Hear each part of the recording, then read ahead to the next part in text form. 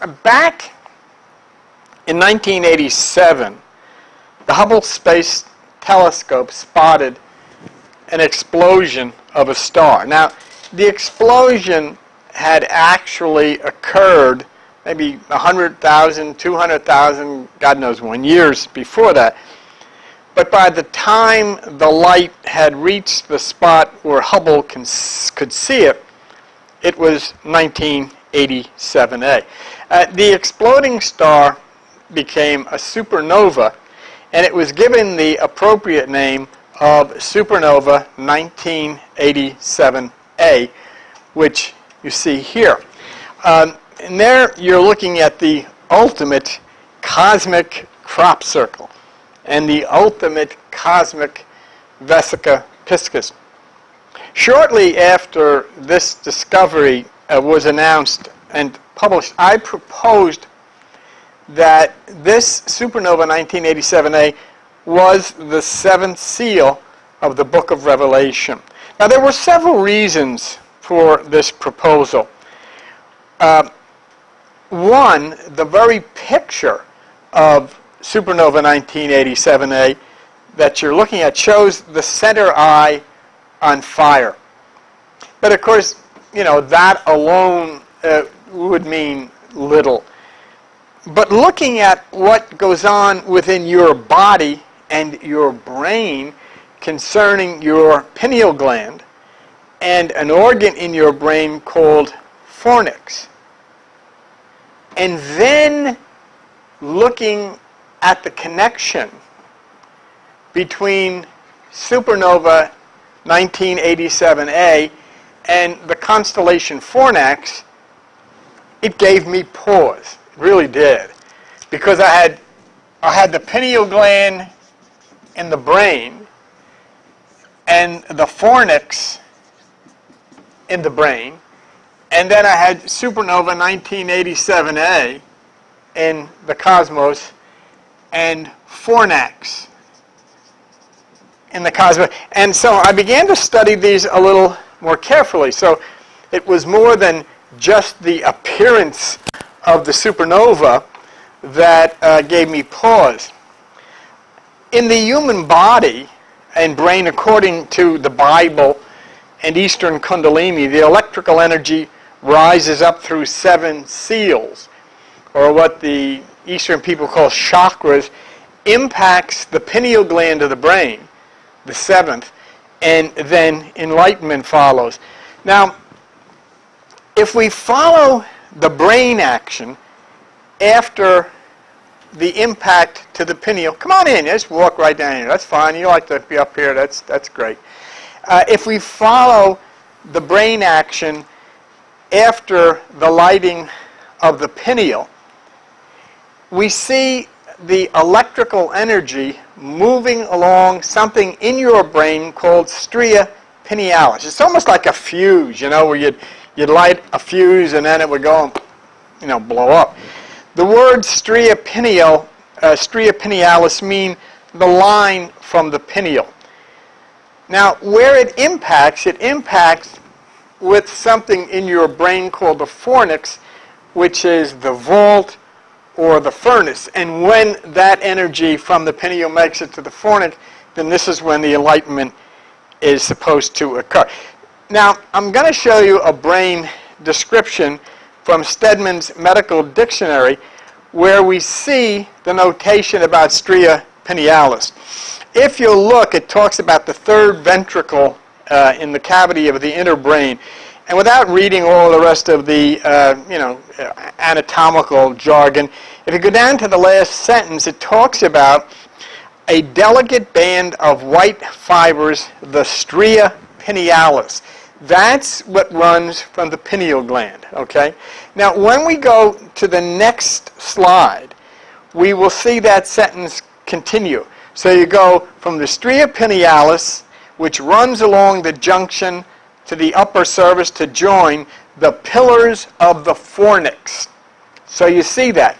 So in your brain, the energy of electricity goes from the pineal along this stria pinealis line to the fornix, which is the vault or the furnace, okay? Now, that is basically Kundalini. It is the 7 seals of revelation, all right? Electrical energy. Come on up, Al. Just take your time. Not that you're going to run up here. Take your time, and whenever you get here. Don't worry about it. So the Kundalini, which is Hindu in nature, or the 7 seals, which is actually Revelation, the book of Revelation in nature. Let me just come over here, and that'll give you. That is dramatically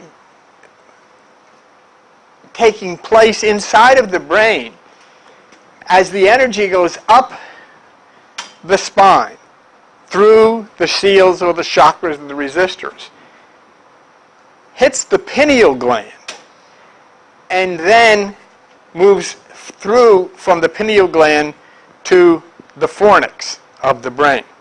Okay, so that's basically what happens.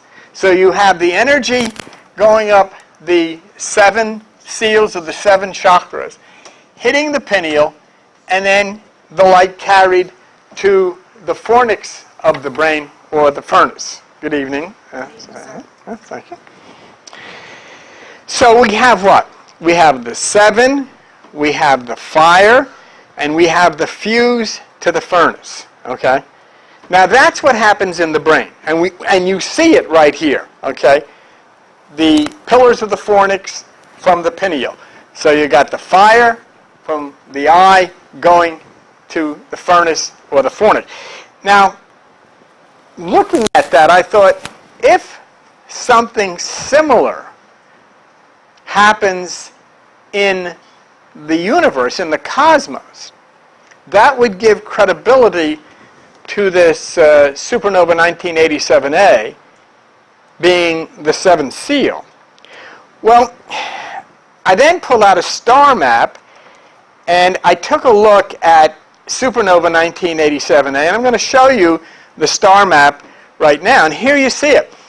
Well, if you look up to where the circle is, that's where Supernova 1987A is.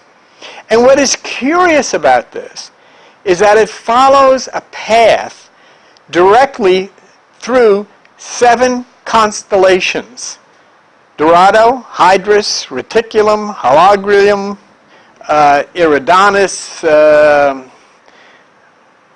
and Fornax, and then added the Large Magellanic Cloud. But it comes through 7 constellations, and then it impacts, that line impacts at Fornax. So you have in your brain the energy coming from the single eye on fire, or the pineal gland, passing through, after going through 7 chakras, to the fornix, and you have in the cosmos the energy coming from Supernova 1987A, passing through 7 constellations to the constellation Fornax. Pineal to Fornax, Supernova 1987A to Fornax. That had me then thinking, I think I got it, and I think this is what it is. Now there's another point here concerning the furnace, which is Fornax, and the 7, which is important to the great change we're anticipating in 2012. And let me tell you why. The Kundalini, or the 7 seal revelation that comes from the energy up the spine, impacting the pineal gland to the fornix, is supposed to provide individual enlightenment, which it does. But now we're looking at the same energy from supernova to fornax, not to provide individual enlightenment as we approach 2012, but to provide mass mind enlightenment. In other words, enlightening everything. And there's another point here why this is so interesting, because the fornax or furnace pops up in the Bible in a different story, which is the story in the book of Daniel of Shadrach, Meshach, and Abednego who were put into that furnace. Now notice here, as we look at the scripture of Daniel 3:19, it says, "Then was Nebuchadnezzar full of fury, and the form of his face raged against Shadrach, Meshach, and Abednego, and he commanded that they should heat the furnace 7 times more than it was usually heated." So we have a connection now with the furnace. We have that in your head connected to the pineal gland. We have it in the cosmos connected to Supernova 1987. We have now the 7 being the 7 chakras or the 7 seals in your body.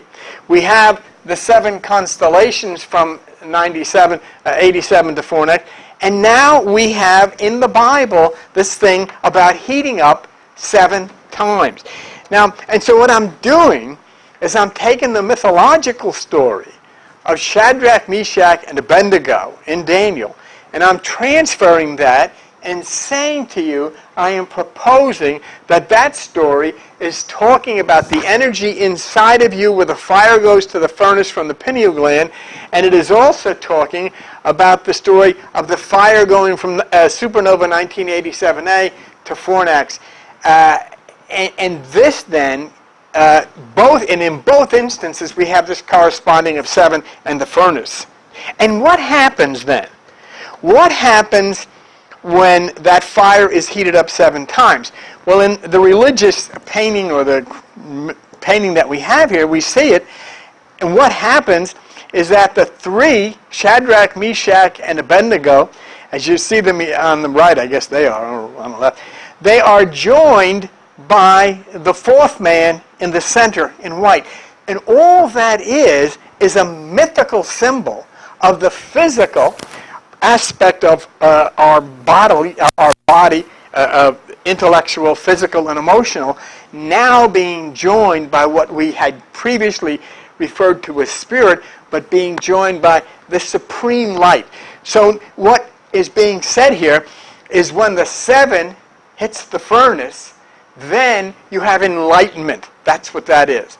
The 7 hits the furnace, you have enlightenment. When the pineal hits the fornix, 7 through the 7 chakras, enlightenment. And what I'm proposing to you is when Supernova 1987A hits the fornax, we have universal enlightenment. And that is what Pakal Votan was speaking about for the great change coming upon the earth in 2012. Not a destruction of the earth, but a destruction of that bondage that the minds have been held into that has separated us from nature and enlightenment. Okay?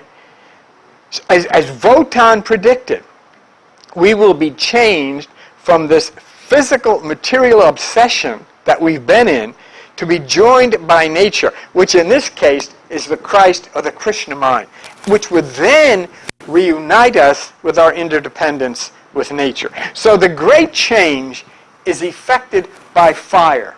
But I want you to understand something.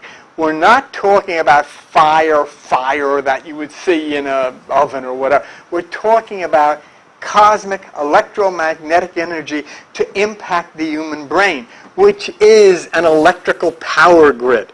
Cosmic electrical energy which will impact the electrical power grids which are man-made and impact this electrical power grid which is not man-made and change the entire focus of human life upon this earth.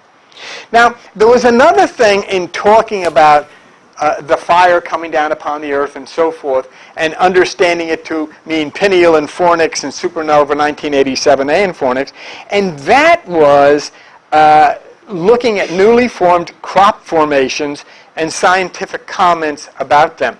And amazingly, the crop formations that have just been found in the latter part of June and this month speak of fire in the form of electromagnetic radiation coming down from the sun, which will affect the change in all electric grids, including this one on the top of your shoulders. Let us look at this crop circle formation and the comment, we've seen this before, that we had from the scientist, which he says, based on previous examples from 204 and 209, we can be pretty sure that the crop formation intelligence use of a teardrop symbol does represent a coronal mass ejection. And that would be an ejection from the sun. Why then, as it said, would they have drawn planet Earth in the form of a large teardrop on June 21st unless several coronal mass injections will impact upon the Earth soon? So now we bring into this not only the comparison of the pineal to the fornix oven and supernova to the fornax oven, but now we bring into this the crop circle, or the crop formation. There are no circles anymore. The crop formation, okay? And the crop formation is talking about coronal mass ejections, which NASA said will be at their strongest between now and 2012. So the prediction then that this scientist sees by this crop formation is of corona mass injections, which would be the fire coming down, which harmonizes with the idea of pineal fire to the fornix in your brain and supernova fire to the fornax oven in the sky. Okay? Now we have supernova 1987A flowing to the furnace of Shadrach, Meshach, and Abednego to bring forth the new mind. Do you see what I'm saying here? What I'm saying is that fornax is the furnace of the Bible in which those three were put in. That was just a mythological story. Obviously, it's not reality. But here now what I'm saying is that the entire physical mass mind of all human beings upon the earth are put into this fornax fire furnace, and when it is lit through the sun in supernova 1987A, an electromagnetic power, then the great change happens, and it happens to the electric power grid of the human brain. Let me show you the comments of Chris Burrows, who is with NASA and so forth, and his comments on supernova 1987A. Before that, I want to look at his credentials. I've always provided you with credentials of witnesses that I use. This is Chris Burrows, and it says here that he graduated with first-class honors degree in mathematics and a PhD in theoretical high-energy physics from Cambridge University in England. He was born and raised in London. He was the first to show that the Hubble Space Telescope was optically flawed. He developed a prescription for its fix and was later rewarded with 2 NASA Public Service medals in recent whatever. So I think he's qualified. But this is what he said about supernova 1987A. He said, "This is an unprecedented and bizarre object. We have never seen anything behave like this before." Now, there is a man who would know about the behavior of supernovas and novas and all of this kind of stuff. And he says, we've never seen anything behave like this before. Which then leads us to say, what is behind this? Who is operating this? There's so many connections. I've got supernova 1987A in my brain, and so do you. It's the pineal. I have fornax in my brain. It's the fornix. It's the fire to the furnace. And it's in the sky. It's the fire to the furnace. And it's in the Bible. It's the fire to the furnace. And what it says is that when the fire is lit the 7 times, it brings forth enlightenment. So we're looking for cosmic enlightenment to come upon the earth as a result of this.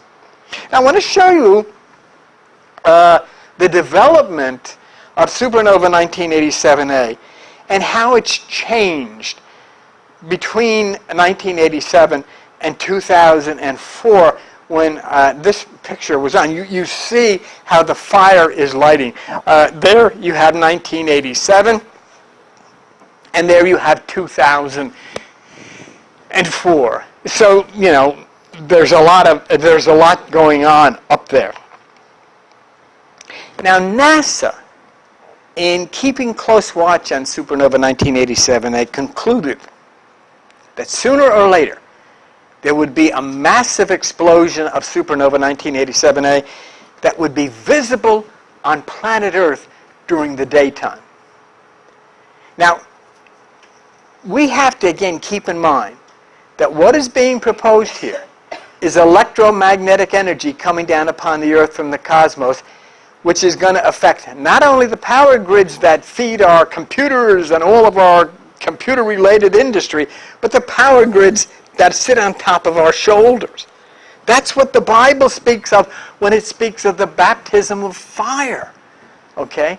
It's not talking about fire. It's talking about these power storms that come down from the cosmos to change the things upon the Earth.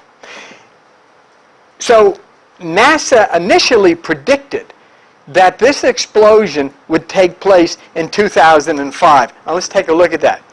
And here, if you look down to the second paragraph, the second sentence, it says, the gas is expected to soon glow at thousands of degrees, causing a final burst of light that will be visible on Earth in 2005. Well, that didn't happen. It didn't occur. But there is no doubt, as NASA had said, this is a supernova, and it has to explode. You know, and in the terms, and when you're talking about cosmic things, you're talking about constellations and novas and planets.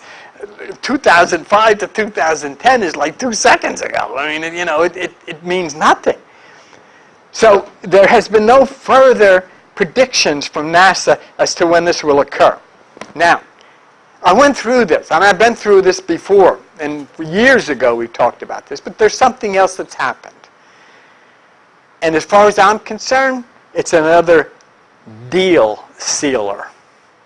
In other words, as far as I'm concerned, it seals the deal. Remember when I said 45-55, and then I was working by a tower, the latitude 45-55, that sealed the deal, that I knew what I was talking about, even though I didn't know what I was talking about. You know what I'm saying to you? I just say things, and it's there. I want to show you something from the book of Revelation that involves the seven angels of Revelation and the sickle. You know, how many of you know what a sickle is? John? Revelation 14:14, upon the cloud one sat like the Son of Man, having on his head a golden crown, and in his hand a sharp sickle. And another angel came out of the temple crying with a loud voice, thrust in your sickle and reap, for the time has come for you to reap, for the harvest of the earth is ripe. And he thrust in his sickle, and the earth was reaped. And another angel came out of the temple having a sharp sickle. And another angel came which had power over fire and cried, saying, thrust in your sharp sickle, and gather the clusters of the vine of the earth, for her grapes are fully ripe. And the angel thrust in his sickle and gathered the vine of the earth and cast it into the great winepress of the wrath of God. Keeping in mind that an explosion will be coming forth from Supernova 1987A, and I have made the proposal years ago that Supernova 1987A is the seventh seal of Revelation. This latest revelation I'm about to show you is quite startling. The angels are ready to thrust in their sickle. This comes from Peter Gonovich of Harvard Smithsonian Center for the Astrophysics and the National Aeronautics and Space Administration. Get this. The white sickle-shaped material in the center of Supernova 1987R is the visible part of the shredded star, rushing outward at 3,000 kilometers per second, which is heated by radioactive elements created within the supernova explosion. When I proposed Supernova 1987A as the seventh seal, there were reasons that I've outlined for you. This one I was not aware of. The scripture on numerous occasions speaks of thrusting in a sickle in Revelation. And now we find that in the center of Supernova 1987A is a sickle. Couldn't it be anything else? Couldn't it be a lawnmower? Couldn't it be a hammer? Couldn't it be anything? It's a sickle. That's a deal sealer, as far as I'm concerned. It always shows up, Howard. Just wait long enough, and it'll show up. Makes me excited. When I see this stuff, I just sit there and say, can't, nah, you put me on it. No, I'm not. And as I said, if you don't think that's a sickle in the middle, you call Mr. Garnovich at the Harvard-Smithsonian Center for Astrophysics and tell him he doesn't know what he's talking about, but he does.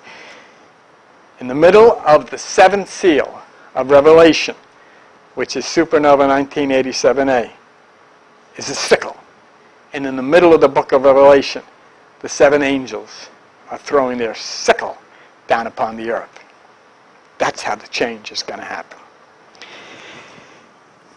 Now we're going to move on for just a minute to the seventh angel of the book of Revelation, Eta Carina. As you know, the book of Revelation has provided coded evidence to support the proposal that I've given to you that Eta Carina is the seventh angel of the book of Revelation. And there she is. Not only the Eta is the seventh letter, but we see the angel's wings. And one of the things that's so important is that the seventh angel is connected with Pegasus, which is the white seahorse. And if you are looking good, Al, if you just allow that, and Kathy, come over and get a picture of this, allow this picture here. If you're looking closely, and yeah, I know you can make clouds be anything you want them to be, but this is too good. For as I'm concerned, what did we do? Uh-oh. Pause. To get pause? And you can see the... Are you on? Because you turned yourself on. No, it's on. You can see the outline of the white horse and Eta Carina. I don't believe this, but anyhow. So we have the seventh letter, the angel's wing, and then something special from Revelation. And the reason I wanted you to see this is because I think you saw something. Yeah, just hit that. That's fine. That'll get that off here. That's fine. Something special from Revelation because you saw the connection that we were able to make with fornax, supernova fornax, and then the sickle. I mean, these are deal closers as far as I'm concerned. What I'm looking to try to show you is what's coming down upon the earth and what's going to happen very shortly because you're only 3 years to 2012. And this is what I felt was the deal sealer for Eta Carina as the seventh angel. And it says, just close that, just hit it, close it, that's it. We're having, just close it again, we're having, hit it again, cancel, you know. All right. And what I'll show you here is the next slide, hopefully. And it says in Revelation 5:4, and I wept much because no man was found worthy to open and to read the book, not even to look at it. And one of the elders said to me, stop crying. The Lion of the tribe of Judah, the root of David, has prevailed to open the book and to loose the seven seals. Connecting the seven seals and the seven angels is in the Bible, in the book of Revelation, the son or the root of David. And this is very important for this reason. And you're going to see something now from the National Aeronautics and Space Administration. Eta Carina, as the seventh angel of the book of Revelation, connected in the Bible to the son of David. And now as we see here from NASA, the Chandra image contains some puzzles for existing ideas of how a star can produce such a hot X-rays, agreed Professor Chris Davidson, the University of Minnesota. Davidson is principal investigator for the Eta Carina observations by Hubble.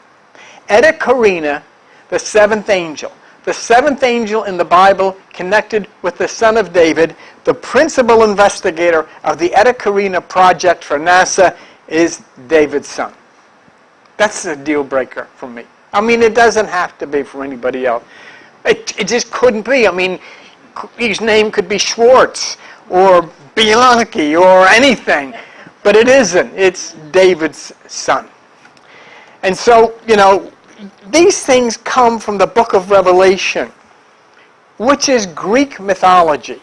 Symbols put down by those who had access to classic Greek science, which laid the foundation for Western civilization. Revelation has supported the proposals that I've presented, which have also been, as you can see and you've seen tonight, supported by science. And I think we've explored enough over the past several months to give us a pretty good idea about December 21st, 2012, about the science pointing to that time, as well as the new information concerning crop circles in 2012. We've also spent a great deal of time discussing photons and identifying God and Jesus and ourselves as photons. We explored the realm of death and life after death, as well as out-of-body experiences and near-death experiences. And all this, if you've been listening, and you have to admit, I don't stand up here telling you this is what I think. I have provided you the documentation from the scientists who are bringing us this information. But all of this should push us into the direction of realization that things that we had previously believed mainly through religion, as George Gershwin said in his song many years ago, it ain't necessarily so. It ain't necessarily so the things that you're liable to read in the Bible. It ain't necessarily so. Our understanding of life as well as ourselves is completely different than anyone ever told us before, especially when we take into consideration the subatomic realm and quantum physics. Having discussed all of these things allows us now to follow up on information that will be forthcoming as we move closer to 2012. And you see how we were able to do that.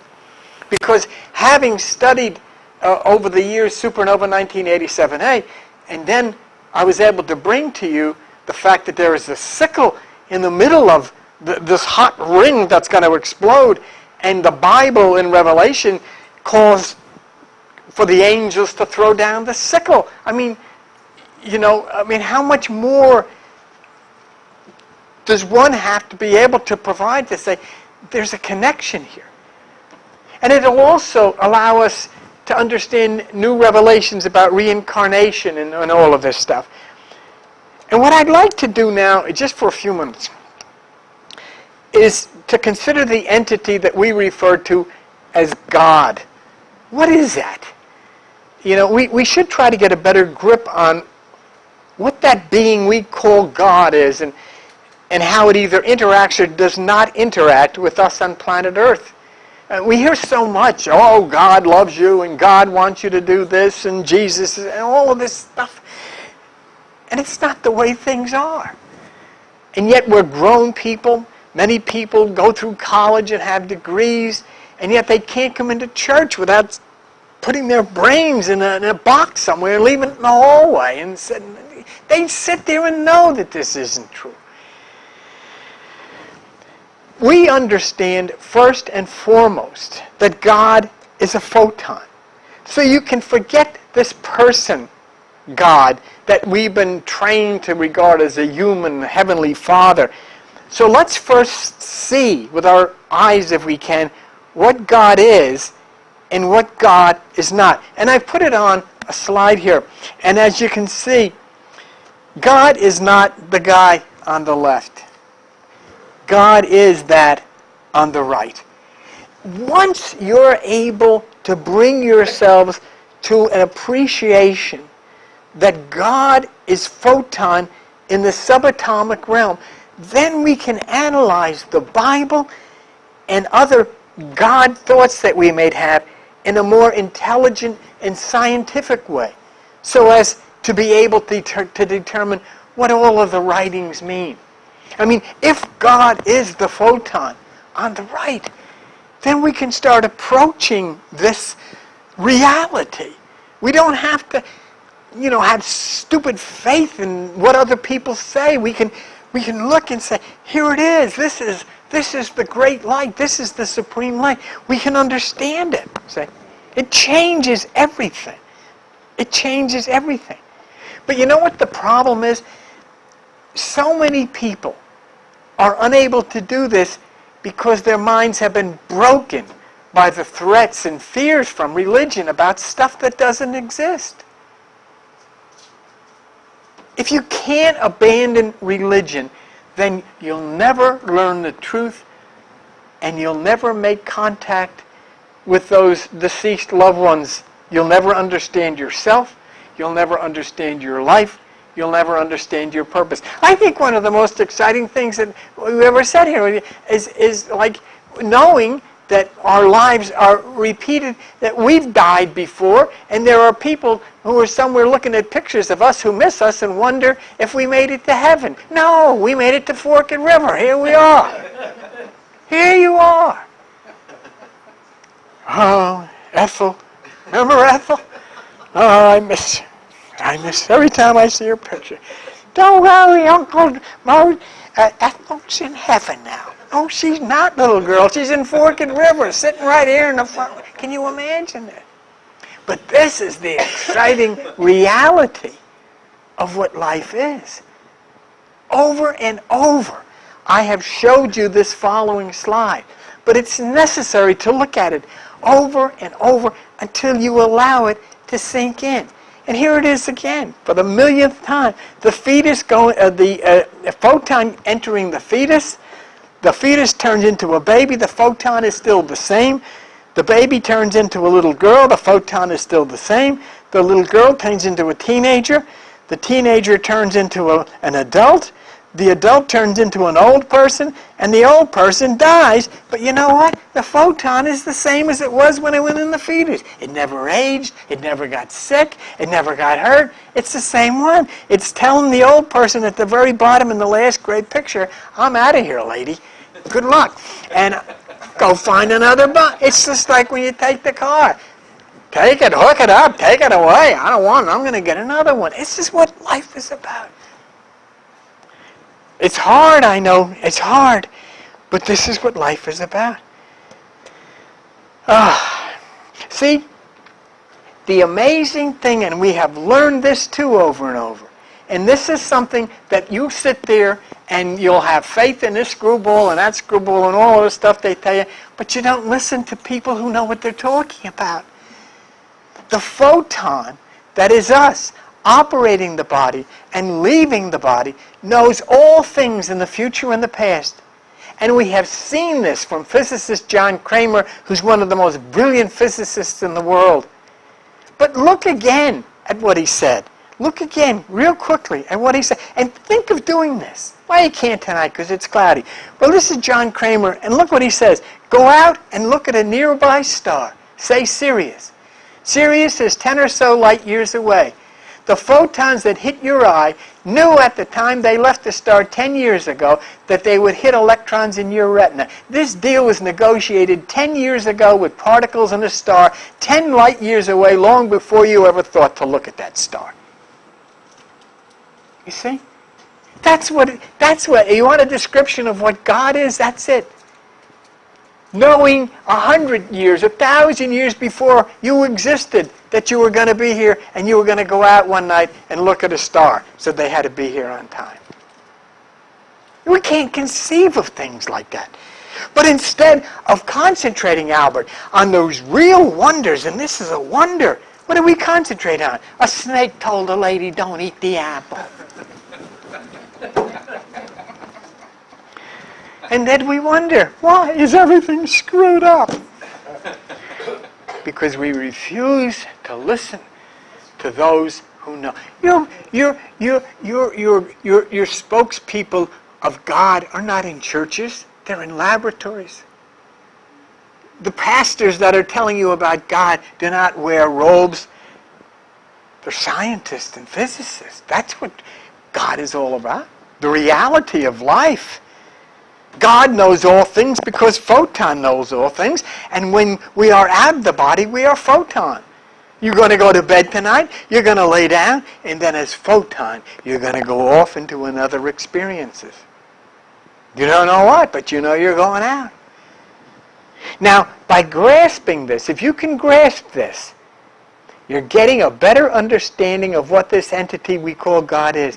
How awesome when you consider what's being said about God and photon is biblical and proven by science. The Bible says God is not human, God is light. That means it's photon. And photon says God, photon knows everything in the future and the past.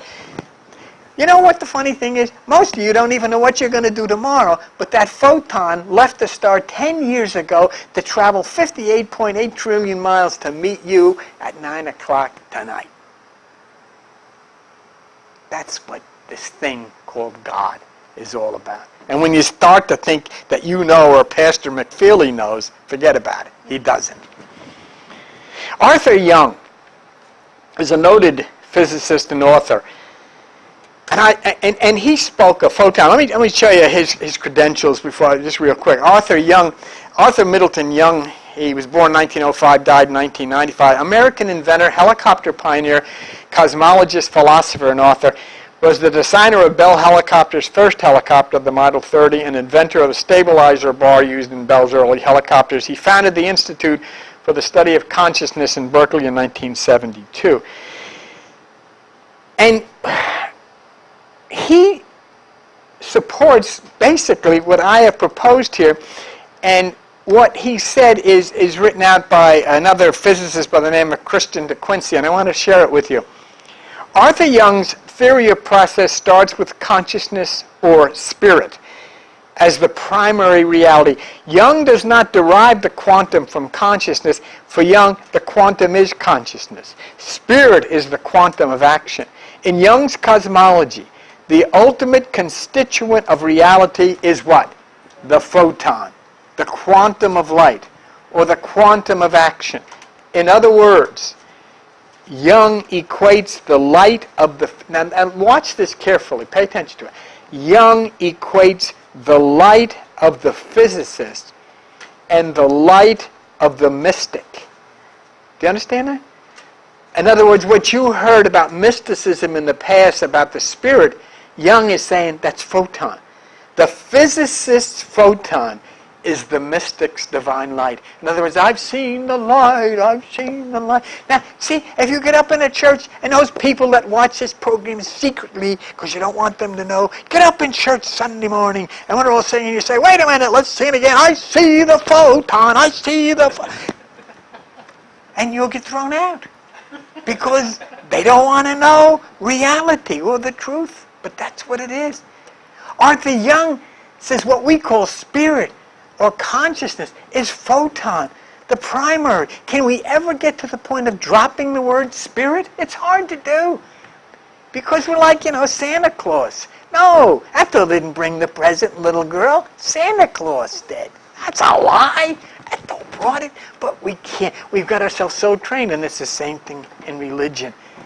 And when we can drop that, we can begin to talk about the hidden things that are real and knowable. You see something? You can look forever and ever and never find spirit because it doesn't exist.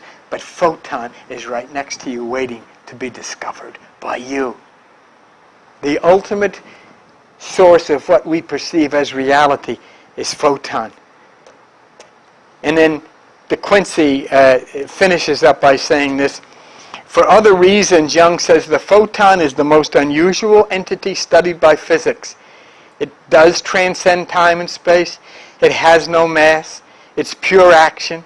It's purposeful. It's free in all dimensions. And this, he says, is as good a definition of spirit as science could hope for. What you call spirit is photon. There is a change of dramatic proportions going on, and there is certainly enough information that has come to us from ancient writings that foretold of these things, so that when they have occurred right before our eyes, we should be able to connect them to the prophecies of the past. The book of Revelation, which I referred to earlier in covering Supernova 1987A and Eta Carina as the seventh seal and the seventh angel, is a perfect example. You know what you only have to do to understand that book? Push yourself past all the wild symbols. All the wild symbols in that book are used to distract the religious and the non-serious students from this truth. One finds meaningful references to a great change. You know what's in the book of Revelation? A great change on natural consequences in the weather. The earth changes. The global changes. And you know what else is in there? References that are significant to the collapse of the economy. Both which were predicted by Pacal Votan are in the book of Revelation. And if one reads through the book of Revelation, you're flooded with bizarre references, but things with 10 heads. But those are only things to distract those people who are not serious and who are trying to make money off of it and frighten people with it. What happens with a mythical document such as the book of Revelation is people get so consumed trying to figure out what this symbol means and what that symbol means, they miss the basic message. The finale of the book of Revelation, and I'll close with this, is what Pacal Volkan spoke of and what Buddha spoke of when he talked about the latter days and the coming of the second Buddha. Not the destruction of the world, but the cleansing of the world. A new direction that removes the mindset of violence and war and destruction and disregard for the poor and the sick. You know, we're standing here in this country which is totally absorbed in such a way with the industrialization that it stomps on small people. In this country, they are pushing and pushing pretty soon to have a health care bill that will make it available to everyone. Regardless of what the political fact, the point is, this is part of the great change. It's not just here, all over the world, where people are not given a treatment for health. And these are the changes that are going to accumulate and grow and grow and grow. So many have written about 2012 in the end of the world, as many have written about Revelation as the apocalypse, meaning death and destruction. But they have missed the story totally. In a history and the present goings-on in our earth is the tragic drama of all this. You know, just think of this. Give me a minute. You know that cars are deliberately made to pollute so that industry can get rich? Do you know that the healing of cancer is deliberately held back so industry can get rich? Do you know that factory farming is an assault against animal life so industry can get rich?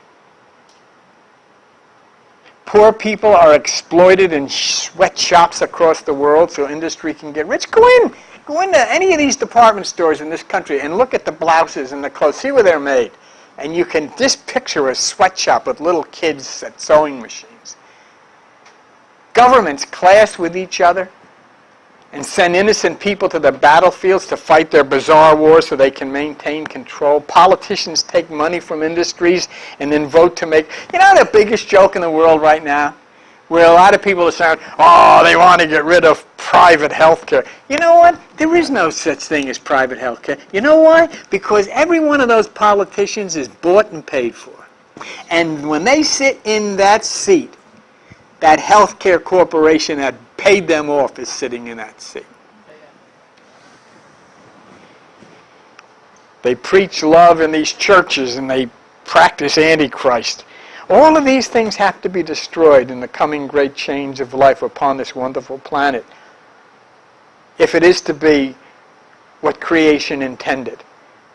And that is why Revelation closes after the chaotic changes with this. And this is what will come in the changes of 2012. These are the symbols that talk about life after the coming of the great change. And it says here, and he showed me a pure river of the water of life, clear as crystal, proceeding out of the throne of God and of the Lamb. And in the midst of the street of it, on either side of the river was there the tree of life, which bore 12 manner of fruit, and yielded her fruit every month. And the leaves of the trees were for the healing of the nations. And there shall be no more curse, and they shall see his face, and his name shall be in their foreheads. And we understand what that means. But what does that mean? And I promise this is the end of this. It means that after the turbulence of the great change as predicted to culminate in 2012, there will be the healing and restoration of life upon the earth as creation initially intended. So let's look and to define this. The pure river of the water of life is the healing and the cleansing from all of the hate and the violence and the oppression. The clear as crystal is just filtering out all of the dirt and all of the evil that has come down upon the world. The tree of life is the restoration of DNA in its corrected state by the electro forces coming to the earth. The 12 manner of fruits and yield her fruit every month is where it connects the brain to the cosmos. Yeah. Do you know what that is? There's 12 zodiacal constellations up there. There's 12 cranial nerves in here. And you take the connection of the 12 up there and the 12 here, and you know what you have? You have what the book of Revelation calls the 4 and 20 elders, the 24 elders sitting on the throne of God when you're connected back to nature. That's what you have. That's what it means. And the leaves of the trees were for the healing of the nations, which is the end of these conflicts, the end of the neglect of people, the end of the abuse of nature, its animals and its children. And there shall be no more curse, and the end of these wars and poverties and illness, and they shall see his face. They shall see his face as you see his face when you absorb that photon through the pineal gland of your brain and your forehead. And his name shall be in their forehead, which is the pineal gland. So there we see the references to the cleansing of a dark civilization from upon the earth. The DNA changed through the 12, which is the reference to the energy of the 12 constellations. Eta Carina and Supernova, the seventh seal and the seventh angel. The lifting of the curse, which is originated by the yearning of the physical mind for material things, as Paco Votan said. And you know, I'll just do one more slide in that because I kind of lost track when we had a pause. I'm not sure, but I just wanted you to see this. Because Revelation tells us how by doing our meditation we rise above all the woes that can affect those who focus on the lower left side, which is the obsession with materialism. And it says in Revelation 22:14, it said, "Blessed are they that do his commandments, that they may have the right to the tree of life, may enter in through the gates into the city. For without are dogs and sorcerers and whoremongers and murderers and idolaters and whoever makes a lie. You enter through the 12 gates, which are the 12 cranial nerves of the brain, into the city, which is the right hemisphere." And that's why meditation is so important. Within you is life, and without is as you see. And you know what's interesting? The 12 gates. Do you know what computer logic circuits are called? Gates, logic gates. Which is a synchronous wonder because the most famous person in computers' name is Bill Gates. And do you know that in your brain, the gate is where the synapse fires to connect the logic circuits? It's all there. It's up there. It's in here. The 12 gates, the 12 cranial nerves, the logic, the understanding, and then the falling down of the electromagnetic energy from the seventh angel and the seventh seal and from the Son of God, which is the Sun itself, fulfilling not only Paco Votan, but fulfilling what is said by NASA, what's being said by the scientists in the crop circles, what's being said by all of the great scientists and physicists about the great change coming down upon the earth and which you're living through. So look forward to it, embrace it, and lift your hands up to it and allow it to touch you. Do your meditation and understand when you're doing it that you are absorbing the supreme photon, which is that entity which you have called God. And now what we'll do next week, I want to take you into some of the more difficult parts of Revelation, eliminating all of that